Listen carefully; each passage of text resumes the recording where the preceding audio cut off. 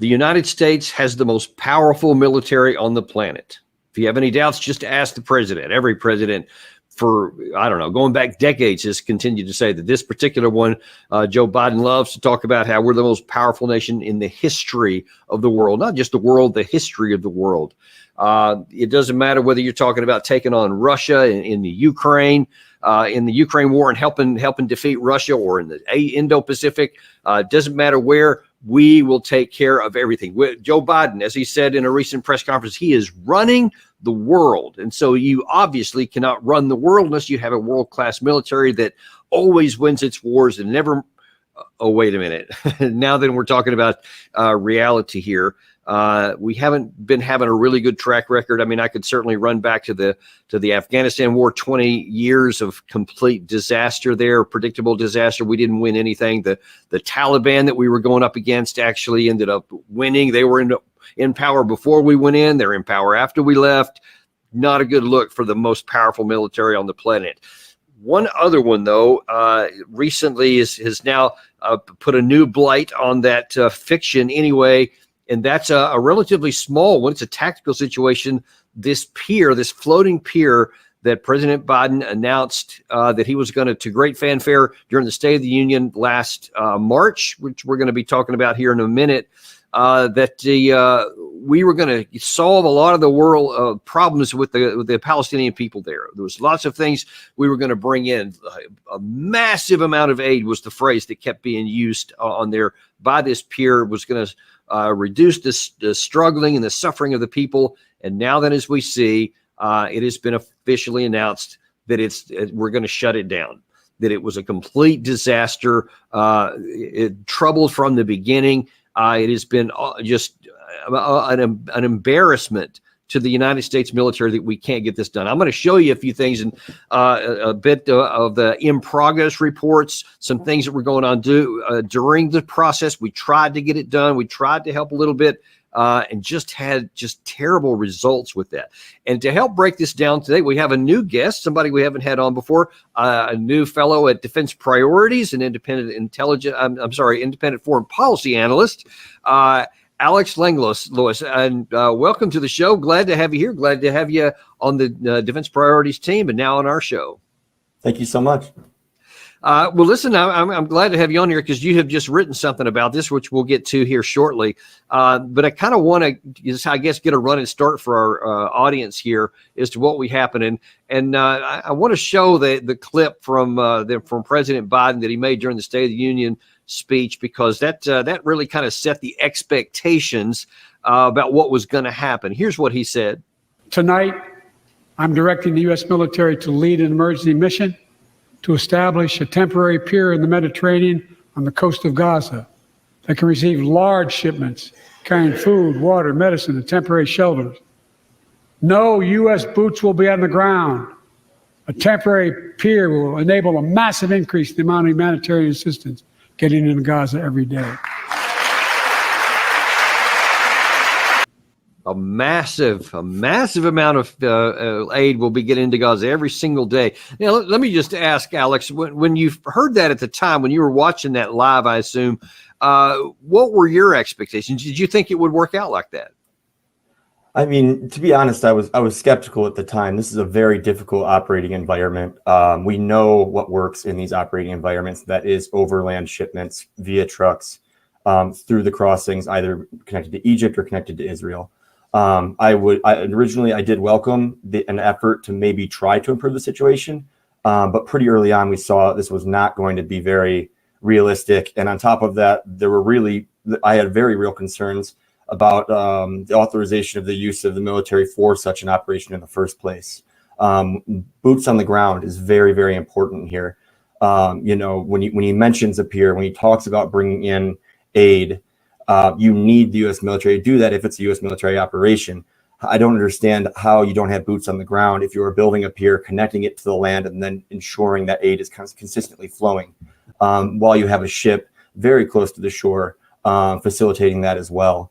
And so, in the end of the day, I was skeptical, hopeful, like I think many other people were, but also very skeptical, especially after seeing things like airdrops and some of these other alternative approaches also failed relatively miserable and frankly hurt Palestinian civilians in the process. You know, it's I remember when this first was coming out, we had a clip that we showed on here of a Florida congressman that was interviewing the Secretary of Defense, Austin, when this first came out. And he asked him, he said, now, how is it, kind of to your point, he said, how is it that we can have a pier with no boots on the ground? You said there's no boots on the ground, but I mean, there's going to be. And he goes, no, there's not going to be. And he goes, okay, so hang on. Let me see if I got this right. There's going to be a pier that's going to be going from the water to the shore on the ground, where boots will be on top of the pier on the ground, but it won't be boots on the ground. And, you know, and he was setting it up to see how ridiculous it is. So he would change his tune or something. But instead, Austin goes, right. That's exactly right. So somehow he was trying to play word games with it. It was so embarrassing. And yet that just kind of set the stage, because we have this arrogance that we can do whatever we want. President Biden always says, we're the most powerful military in the history of the world, so we can do anything here. And that seemed to permeate into, even to the Secretary of Defense, rather. But I want to get back to something you said a second ago, because this wasn't the only option. Now, we tried the airdrop, which has its own disastrous consequences. By reports, some of the shipments themselves literally killed people on the beach. Some of them drowned in the water trying to get them off the shore. So that's not real helpful anyway. But then there was some other concerns that why didn't we go to some of those overland routes that you mentioned? Why didn't we just require the Israeli Defense Forces or the Israeli government to just say, hey, the northern routes, open them up, or the Rafah gate, just open those things back up? Why did they not go that route? Do you have any knowledge of that? Yeah, it's political. I think that in the end of the day, the Biden administration, unfortunately, is either unwilling or unable to pressure the Israeli government to open up these land crossings. And, we have seen more aid trucks necessarily going through at different points in times of this year through those crossings. But then the issue is humanitarian access inside of Gaza. So what you've seen is a slow rolling on the part of the Israeli government. And I think, again, an inability or a refusal on the part of the Biden administration to come in and say, hey, this is what works. This is what we need to do. Instead, what they're doing is they're playing political cover for themselves and for the Israeli government to continue military operations and what's going on inside of Gaza right now.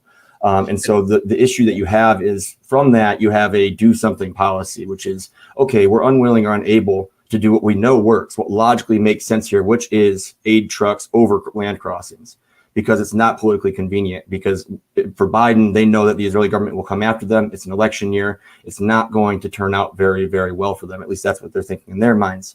And so instead, they bear hug the Israeli government harder, and they institute a policy that may not work, is much more risky. And at the end of the day, at least provides them the political cover to say, look, we're doing something. At least we're doing something. We care. But at the end of the day, if that policy doesn't work, doing something is irrelevant in this case. And frankly, even worse, because you're putting U.S. service members at risk by putting them on the pier, near the pier, and in one situation, stuck on the shore, where there's an incident in which 3 service members were injured, trying to facilitate and continue this pier operation. And then it collapsed, fell apart, and these 3 individuals were stuck on the shore. One of them had to get airlifted back to the United States for medical attention. So what you have is a do something policy that puts U.S. citizens at risk without actually solving the problem, which is humanitarian access and humanitarian aid in Gaza, which you want to solve. You want to make sure Palestinians aren't starving. But at the same time, There's a responsibility here. You need to do a policy that works, and you need to make sure U.S. citizens are safe.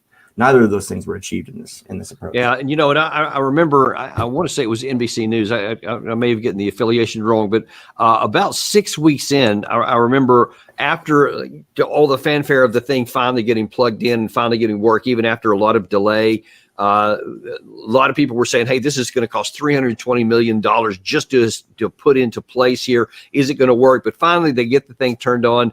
And all of a sudden, it's not working well at all. And I remember distinctly, there was this report that came out, like I said, I think it was on NBC, at the 6-week mark. And they said, hey, how's it going? They had the guy live from the region there, and he says, yeah, not so good. He said, it's only been operating 16 days out of that 6 weeks that it was operating at all. Because lots of delays, lots of things started causing it problems. The waves, the sea currents, all kinds of things would interrupt the flow. And they said that they had, as of that point, 400 trucks total had gone from the pier onto the land. And then he pointed out that prior to October 7th, they were receiving 500 trucks per day.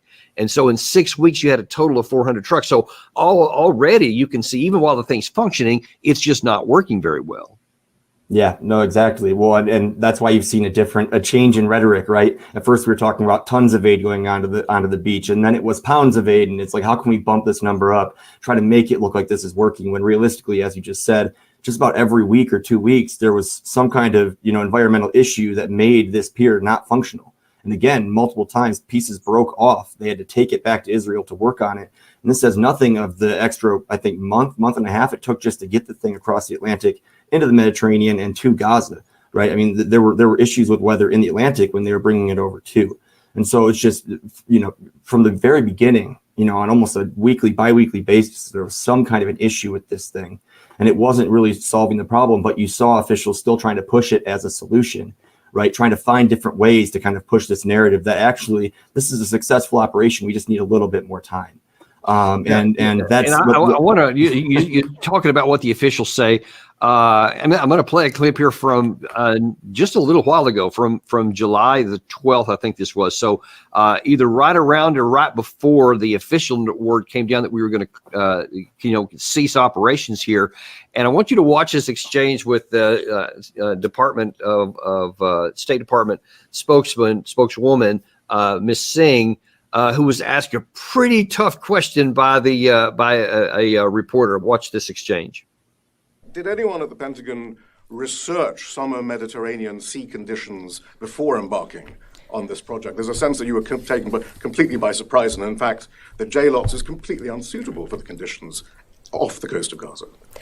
So we are a planning organization. We have folks all around the world that operate within the Eastern Med at any given time. Of course, we are aware of the sea conditions within the Eastern Mediterranean. We are not shying away from the fact that there have been higher sea states that have at times disrupted delivery of aid and have made it harder to get aid in. But I would say to you, and on some of these questions, to do nothing would have been a failure. To be part of a solution, that's success. And that's what you saw with our personnel delivering that aid into Gaza. Well, there's been an inquiry now as to where this $230 million of taxpayer money actually went and whether it was worth it and the decision-making process behind it. I think it was worth feeding people who needed it most. Yeah. All right. Aaron, and then I'm coming over here. Okay, so, Alex, here's the problem I have with that. No, number one, I think it's pretty self-evident that the answer was like, I didn't ever think of that, about the issues, the actual wave issues or the currents or all that kind of stuff. It's like there really wasn't a lot of thought that was put into that, because apparently, at least according to the way he was asking the question, is that things that should have been well known that there was going to be a lot of challenges going up. But the other thing that I really have a problem with, and I wonder what your observation is on this, is this really kind of trying to wordsmith thing to make it sound like, well, hey, we would rather do something than nothing, because that's just not going to help the Palestinians. But I don't think that it was about doing something or doing nothing. It was about doing something that could work, or about doing something that had a low probability of success, because there were other alternatives, which I think you've talked about in an article that you wrote that I'm going to bring up here in a second ago. But what else could the U.S. have done? Yeah, well, like I said earlier, I mean, they could have pressured the Israeli government to allow land crossings, more land crossings. They could have pressured the Israeli government to deconflict more effectively. They could have pressured the Israeli government to collaborate with humanitarian operators more clearly and more efficiently. The issue is that there's not a very strong interest in a good retaining a good humanitarian situation in Gaza today, versus using that situation to pressure Hamas. And so what the U.S. government did here, knowing that it was either unwilling or unable to pressure the Israeli government, again, it chose, as you just said, something that could maybe work or have a low probability of working, so the U.S. government can say, at least we did something. It was for that soundbite right there. It is better to feed Palestinians than to not do anything at all. And frankly, if you ask me, burning $230 million and injuring, U.S. service members to have an outcome that that most people would not want, any reasonable person working on this humanitarian situation would not want, doesn't seem like something they should have done. right? Yeah. So for me, it feels almost like it's like circular logic. We have to do something, so we do this thing. Oh, it didn't work. Oh, well, at least we did something, you know? Right, And that's right. Yeah. Well, so let me ask you, to the extent that you're aware, what does this do to our reputation in the region? And I'm talking about both amongst our allies and our adversaries as well. Yeah. Oh, I mean, it's ridiculous. I mean, you hear this, this credibility kind of point raised all the time, and I think oftentimes used actually very disingenuously. But in this case, what you have is the U.S. government not only actively funding an actor that is inhibiting aid that it is also paying for, but you also have it essentially using its military, which is supposed to be the strongest military in the world, to conduct an operation that's supposed to solve one of the hardest problems in the world, and it can't do it. Not only it can't do it, it fails miserably at doing it. That's embarrassing. And it only heaps on to this narrative that President Biden is a weak president that doesn't know how to handle international crises, from Ukraine to Gaza and elsewhere, right? That's not good for him in an election year. But I mean, outside of that, it's not good for U.S. credibility to do things that don't work. And that's what, unfortunately, what the U.S. government has been doing for decades now, right? So the war on terror is a great example of this. And this is just a continuation of this idea that military solutions solve those problems, when sometimes they might not, or sometimes you don't need to even take that step in the first place.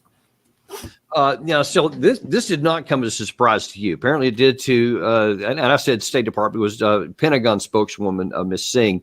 But you were not among those who were surprised. And you published a piece and I believe it was June the 14th, if I'm not mistaken. Gary, if you can throw that up there. You said doing something can be worse than doing nothing, which is ironic that because you said this a month before when she uttered those very infamous now words here. And part of what you wrote during that article was, quote, judging from this series of events, the U.S. should not have conducted this operation. The effort to put U.S. troops in harm's way by placing them within firing distance of Gaza, all in the name of unproven technology in one of the most unstable and dangerous places, like airdrops. The Pier operation and naval aid pathways were woefully inefficient and costly relative to ground operations. One can be excused for wondering why the Biden administration would not listen to the military and humanitarian experts in this case. Time and again, Washington chose policies that are perceived as politically safe over logical operations that consider humanitarian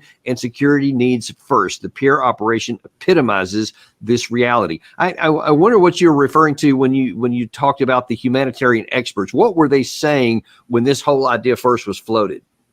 Yeah, the humanitarian experts were not supportive of this operation, just like they weren't supportive of the airdrops. I mean, don't get me wrong, humanitarians support aid getting in, like full stop, they do. But they also support the best way to do it, at the most cost-effective way to do it, at the safest way to do it. And again, this is one of the most complicated contexts in the world. And it's a very small area, making it that much more difficult in terms of the urban fighting going on. And so one would think, at least, that in a situation like that, you would listen to the people that know what they're doing, that know the best way to approach this, that know that airdrop can crush people or cause them to go into unsafe places, that know that, again, a pier that is not very well tested is not the solution when you can drive trucks over a land border. It's that simple. For an administration that talks about wanting to listen to the experts and really caring about hearing from a diverse range of stakeholders, this just doesn't look like it in this case. And that's why I called it out as political at the time, because that's what it is. Again, we're very close to an election. Biden wants to show he's doing something because he has a hard time right now on both the middle and the left-leaning sides of his party trying to garner support. So unfortunately, you end up with situations like this.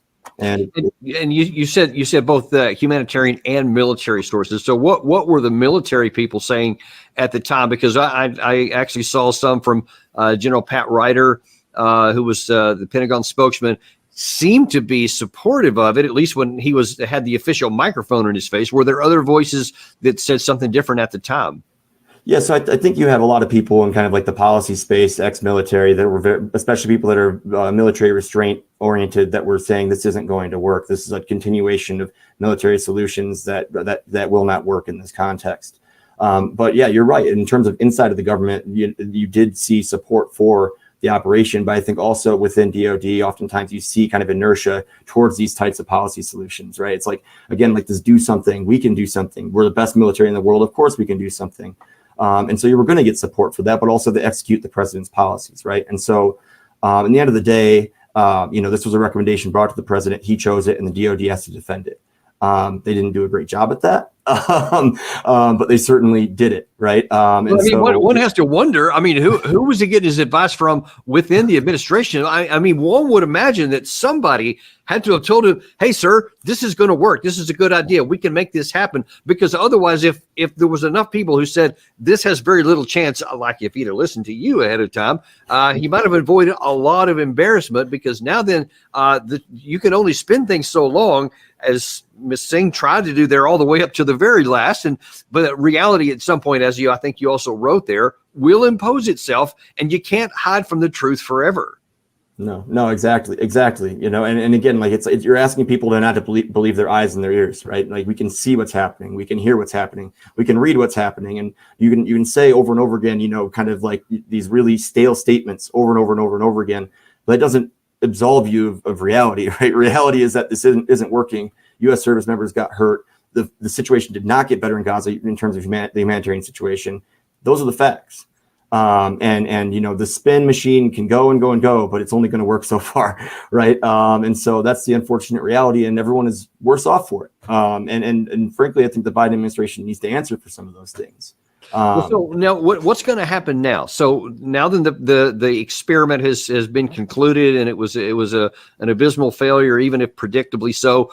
But there still needs to be food getting in there. So even though there were only 400 trucks over that period of time, I guess that's 400 more than would have been going in over land. But now, since the pier is off the table, do you know anything about any other plan to maybe send more in overland? Are they going to try that now?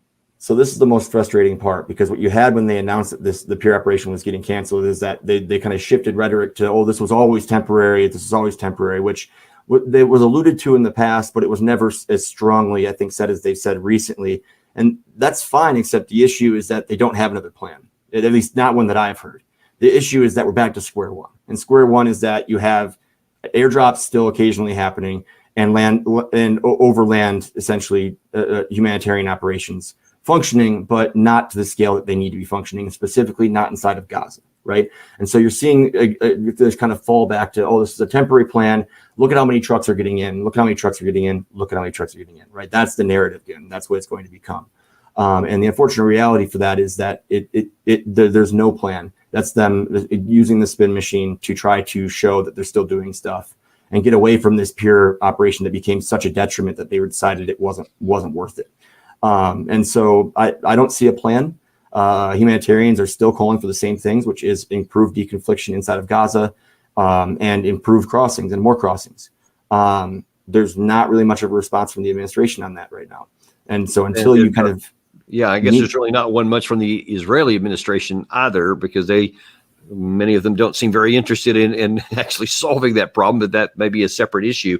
I want to real quickly pivot over to kind of the bigger issues that all this suffering or all this aid was supposed to minimize the suffering because of the conflict that continues to rage in there. There's been a lot of talk, although kind of put on the back burner here for the last 3 or 4 weeks, of the concerns that Israeli Defense Forces may be about to open a new front of the war, and that is to go in against Hezbollah in southern Lebanon. What do you know about the status of that situation? Yeah. So I recently wrote on this one as well. It's bad. In the end of the day, I don't think any of the parties want a conflict. The unfortunate reality is that we've reached kind of an escalatory spiral that goes outside of the bounds of what deterrence has really been since the end of the 2006 war. The last time that Israel conducted a ground invasion into southern Lebanon to fight Hezbollah. This is a very different set of circumstances today, in my opinion, than at that time when one Israeli soldier was kidnapped. We're talking about a very different situation today, and a very different Israeli government that is very angry, but also very incentivized to continue the conflict in terms of Bibi Netanyahu and the situations that he has domestically going on. That is the corruption cases against him. But to get back to Lebanon, the situation that you have right now is increasingly concerning, because what you have are strikes going deeper and deeper into both Israel and Lebanon. You have Hezbollah releasing recordings of Haifa and other places inside of Israel saying, we can hit you very hard if you choose to invade us. And you have an Israeli government that, frankly, I think is somewhat interested in doing this if they feel they have to. the so-called moderates in the government, specifically Benny Gantz, who just recently left the government over disagreements with Bibi Netanyahu over the war's conduct, has been calling for months now for an invasion of Lebanon. And was the moderate, right. Political leader in that situation. So, this is not a good scenario. Even if the parties don't necessarily want a conflict, I think they are willing to fight one. The reality of that is very concerning because it takes one accident, right? And that's not a good thing. And that accident will draw in other people. It will draw in Iran's other militias.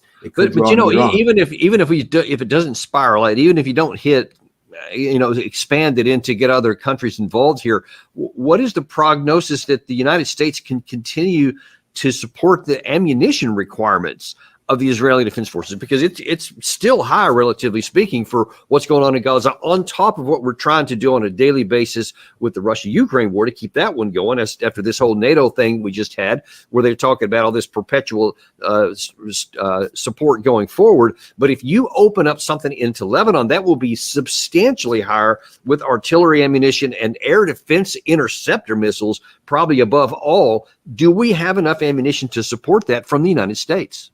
I mean, no. The realistic situation is that production is very struggling to keep up with Ukraine, let alone Israel and Gaza, right? And so, if you see an expanded conflict in the Middle East, even if it's just limited to South Lebanon,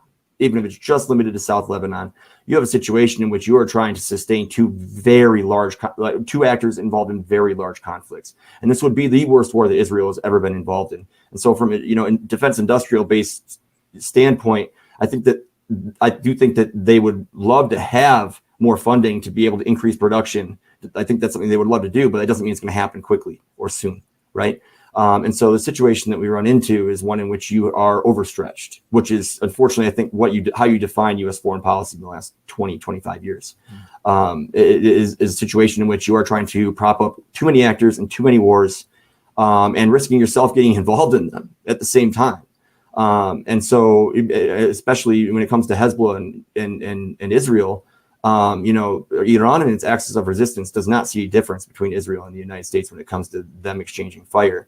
Oftentimes, you see the U.S. actually bearing the brunt of attacks from these militias, especially in places like Syria, but also in Jordan, where 3 service members died from Iranian militia attack earlier this year. That had the potential to start a conflict between the U.S. and Iran in and of itself. I want to look at another aspect of this as well. You talk about stuff that just can't seem to work, but that we can't seem to extricate ourselves from, and that is what's going on in the Red Sea with the Houthis down in that area there. So I think we're close to 7-8 months. I'm not sure exactly how many we've been going on there, but I know that one of the U.S. aircraft carrier battle groups, has just returned, where there was almost for, I want to say 6 months, almost complete nonstop aerial attacks, routinely in that period of time. Towards what end, though? What's the objective? How are we ever going to bring that to a conclusion? And how much longer are we going to do it? How many more assets are we going to use for that of our already dwindling ammunition stores? Yeah, no, exactly. And this is, another very difficult situation, because what you have in Yemen are the Houthis, who've been fighting a war for the country for years now. I mean, years. And what they learned from that, and after a massive Saudi bombing campaign in the country for almost the entirety of that stretch, is how to sustain their own operations and become very resilient to these kinds of airstrikes and military targeting of them. I wrote, I think, back in November or December, that this group, outside of a brutal, long ground incursion, they are not going away. The airstrikes are not going to stop them. And what they had taught the world is that the more you hit them in this way, the more they are going to hit back hard and harder. This is not a part of the world where you can allow something like that to happen, but it's also not a part of the world where you can take half measures to not resolve the problem just as a show of strength. This is where that credibility thing I was talking about earlier, right? This is where the ugly side of credibility arguments come in. The U.S. has to do something. We have to defend international shipping because we're the global hegemon. So we need our credibility to remain strong. And by doing that, we fight the Houthis. It doesn't make sense. And so on top of that, we don't have an authorization for the use of military force against the Houthis. So the situation you run into is kind of ceding more and more power to an executive branch that is more and more interested in using that power and using blunt tools that may not work for really flawed logical reasoning that typically comes down to so-called credibility, but you don't solve the problem. And if anything, you actually make it worse, right? Yeah. And that's So what the Houthis are doing. if we, as we started off this show here, talking about how we tried this whole pier thing, you could see for very practical military and humanitarian reasons, it was never going to succeed. You called it pretty early. Now we finally acceded to reality. What can we do about this situation with the Houthis to accede to reality instead of continuing to waste resources and cede more credibility? How can we bring this to an end that won't even make us look weaker, if there even is such an option? Yeah. So don't get me wrong. The Houthis are a difficult problem. They're a very difficult problem to deal with, and one that's not going to go away. One of the biggest issues, I think, in U.S. foreign policy is that when we enter a situation like this, it becomes even harder to back away from it, because then we do look weak, as you just said. We look weak when we back away and we allow that other party to say, look, we won, we're more resilient, we beat the most powerful country in the world, right? The Houthis and Hezbollah as well actually have openly said that a ceasefire in Gaza will lead to them stopping military operations in their specific theaters. I do believe that is the case, because what we saw in November, when there was a hostage trade, and prisoner trade between Israel and Hamas, was that these groups stopped firing for the most part, and so did the Iraqi militias that are backed by Iran as well. So from my standpoint, that ceasefire is the most necessary thing, because we don't even need to take the promises of these groups at word. What we need to think about is how we undermine their messaging and what they're using to justify their attacks. If the fighting in Gaza is why they're doing this, or at least why they claim to be doing it, which is definitely part of it, although I think they each have their own interests at play here, you can realistically assume that they will stop if you can undercut their messaging and their narrative, right? Yeah, at least that's their the motivation, because they are self-interested organization, and if they don't have any benefit from it, then there's no value in them just picking a fight with the U.S. for no reason. So exactly. I think there's that, and of course we've seen that the Taliban, what they did by outlasting us, and they ended up stopping the attacks. When the deal was struck, they were willing to stop the attacks against the United States. And so there is something to that there. Now, I think the long pole in this tent, and the most difficult part of it, though, is the Israeli angle of it. And that is that it appears to me that they have gotten in too deep, especially the Netanyahu government, because they have committed themselves to a course of action which they're now discovering doesn't have a military solution. And so now then they're scrambling, trying to figure out how they avoid getting sucked deeper into a war, but also one that's ultimately going to be proven futile. Is there any path? Do you see any path at all that the Israeli government can be convinced to find some sort of a negotiated settlement to bring the conflict to an end, so that they can even start process start with a ceasefire and then maybe into a peace eventually? Yeah, in terms of being convinced, I think the only thing that will convince them is when they feel that they have reached a level of deterrence that no one will repeat on October 7th. And that is a scary prospect, because I think there's already flaws in that line of thinking in the first place. But besides that point, I think one of the things the U.S. government has, I think, done here in terms of kind of like slow walking the Israeli government, like saying, hey, you can do this, we support you, is getting them to a point and accepting a level of destruction, frankly, to where they can say that, because they might not, again, they are unwilling or unable to influence the Israelis. And I think unwilling is probably the better word. Yeah. I think it's unwilling, not unable. We do have the leverage. We just won't use it. Exactly. I mean, we saw the last Gaza conflict. What Biden made one phone call and called Bibi and said, we're out of room here, you got to stop. And they stopped back in 2021.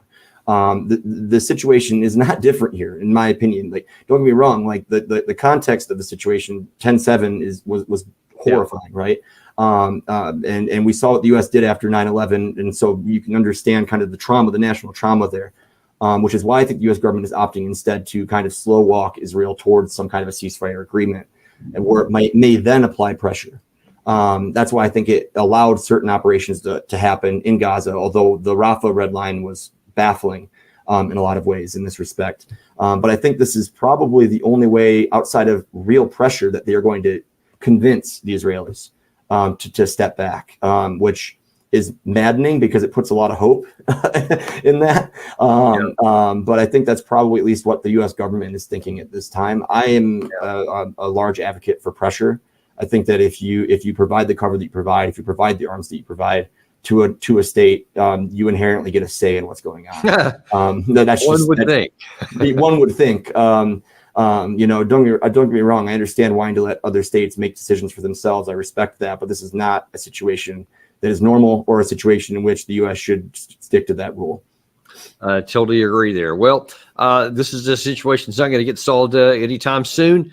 We're going to continue to monitor this. I really appreciate you coming on today and sharing with us some of your insights, some of the things you've been saying for a long time. Obviously, a lot of them are being proven true. We'll see how these work out as well, but we really appreciate you coming on. Thanks, Alex. Thank you so much. And we thank you guys for joining with us too. We always appreciate you coming on. We remain unintimidated, uncompromised to bring you the truth. We ask you to like and subscribe and share this with your friends so that they can get access to the same things we do. And we will see you on the next episode of Daniel Davis Deep Dive.